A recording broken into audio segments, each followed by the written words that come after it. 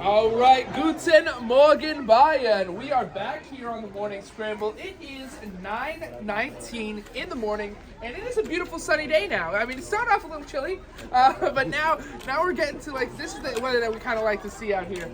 We are currently here. AFN Bavaria Radio Remote Team is out here at Grafenwoehr Elementary School, the new one, not the old one, the new one that just opened up today. It's a 21st century school with all the bells and whistles to teach kids all the new things about how to work in this world today that we are working for the future, essentially. We're on the corner of Gettysburg and Johnson on Tower Barracks, and with me today to speak a little bit about this entire school and what its concept is Mr. Stephen Sanchez, your school district East Superintendent. Is that correct? Yes. That's correct, yeah. All right, well, thanks for being here on the show. Oh, thank you for having me. I really appreciate it. Of course. So, why don't you tell us a little bit about what your involvement is with the general Europe District East school district, and what is it about this school that you think is so special? Okay. Well, I have the honor of being the superintendent for Europe East, which is 31 schools across Germany and 15,000 kids. And so we're really proud today to open our 10th brand new 21st century school in the last 6 years. Wow. And every one seems to get is more beautiful than the one before. And Grafenwoehr right now, top of the list, is probably our most beautiful school. It's always better in Bavaria. Yeah, always better. It's also colder in Bavaria. I learned that this morning too. Yeah, it was pretty chilly this morning, but now we got the sun, and what's pretty interesting, was pretty cool, because this is a 21st century school, we got all these cool technological features. When the sun started coming out into the windows, the shades automatically came down. Now, nobody pressed the button. That was like the school sensing, all right, well, the sun's coming in, going to distract the students in the classroom, or it's going to make it harder for them to see the teacher, see the board, or whatever. Mm-hmm. The shades automatically come down. And that's just one of the many features, I'm sure. It is. It's to control the climate in the classrooms, right? So they don't get too hot, too bright, all of those things, right? Yeah. Or even if it was too windy. They'll go back up if it's too windy. So okay. Everything is completely programmed. Everything's by computer. Yeah. So, yeah, it's an amazing place. Yeah. So what do you think so why don't you tell us a little bit about this, you said this is the 10th one that you've had in your school district. What is so important about opening these kinds of schools to teach our children? Well, first, I think it's the facility that our kids deserve. I think when we opened schools in 1946, no one knew how long our schools would be here, right? We didn't know how long we would be in Europe, and we're here for the long haul. And our kids deserve the very best facilities we can provide.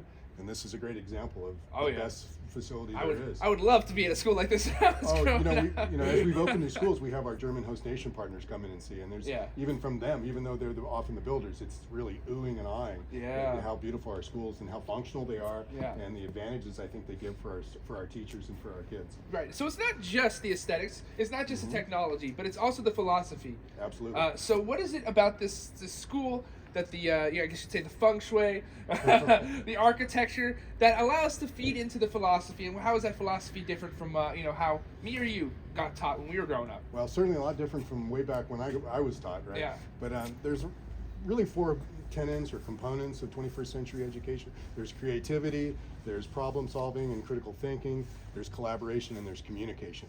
And when we look at what all of us need in the workplace, and as our kids go off into high school and they go into college and they go into the workplace, they need to be able to collaborate. And these spaces here in the school really require kids to collaborate. We want them to collaborate. Our teachers are now collaborating. They've been working for 2 years on how to team teach, how to co-plan and co-teach, so that all the needs of the different kids are met. Okay, and as our kids have this model for them, they're going to go into workplaces where they have to be part of a team. And so now it starts even with our littles in kindergarten. They're going to be parts of teams now, and it really prepares them for the future. That's great. I mean, I know there's a lot of people I've worked with over the years. They just don't work well with others. It's tough for them to be a part of the team. It's tough for them to take criticism, for them to communicate properly, to make sure make something happen in a more cohesive way. Hopefully, this will change some of that for the future. I think it will. It doesn't, and when you go into the school, you'll see that everything is really lots of glass walls. There's no place to hide, and so everybody really needs to participate.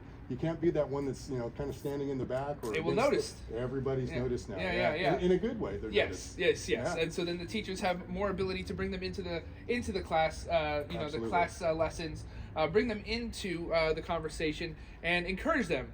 To learn. And sometimes kids can be a little shy, but after being involved in this kind of immersed in this kind of environment, I'm pretty sure a lot of that, they'll be a lot more comfortable, and maybe they won't be extroverts, everybody's different, but they'll still be a little bit more comfortable learning and talking and teaching in this environment in the future and working in this environment in the future. As a student, I would have benefited from an environment. I was one of those, that was really quiet and, kind of shy. Yeah. But this really forces kids to kind of put themselves out there and be part of something greater than just themselves, right? They're a part of a group and they're part of a neighborhood now, right? It's not just your classroom, it's your neighborhood. That's nice. I like that. I like that phrase, I was always a drama guy. I was always a theater guy, so I was always out there, having fun. You were sitting in the front row. Yeah. Yeah, they're like, oh, this guy again. The teachers would be like, why is he talking again? I was in the back row, you were in the front. Yeah.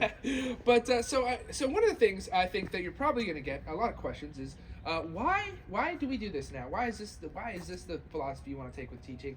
I'm sure that there are people who are like, well, the way I did it was a lot different. Why are you changing it up now? And we've touched on that a little bit, but why don't we get into some of the nitty gritty? What are some of the classroom dynamics that are going to be something that help kids learn more? Now we've talked a little bit about it, like I said, but let's say we're in math class. Now sometimes math class, right? People will be like, well, why do you need to be creative in math class? Why do you need to be collaborative in math class? Sure. Why don't you tell us a little bit why this still allows our students to learn better?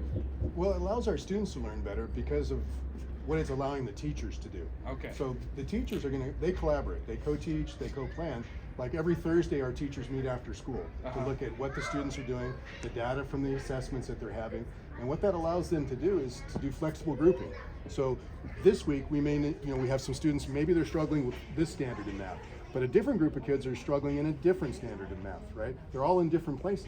But what the teachers will do through their planning is they'll put them in different groups, flexible groups that are constantly changing, right? And that way the needs of the individual kids within those small groups can be met better.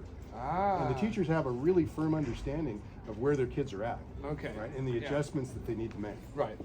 All right. Well, so that's great. I'm so glad you were able to talk to us. Anything else you want to share about this with people who might not be familiar with this type of new environment that we're getting the kids in? Well, it's just to be patient because it's a real paradigm shift, right? It's different than what I had as a student, and for all of our parents, it's different from what they had. Yeah. So be patient. Be sure to communicate with your teachers, ask questions. We want to be partners with our parents. We love to have them here. We went 2 years where people couldn't even come in our buildings because of the C word, right? Having COVID. Yeah. And now our parents are back, and we want them to be partners. So don't sit back and just wonder. Come in and ask. All right. Well, thank you so much for speaking with me today, sir. I'm from what I've seen today, I can only hope that the future is getting brighter because the first day seems super successful so far. We're off to a great start. Yeah, we're off to a great start. Yeah. And I can only imagine how much more better it's going to get from here and how much more learning is going to get done and how much more fun the kids are going to have while they're doing it. For sure. So thank you so much for being talking to us today. We'll be back in just a little bit here on the Morning Scramble. This is AFN Bavaria, the Eagle, serving America's best. All right. That was awesome. Thank you. Yes, thank you.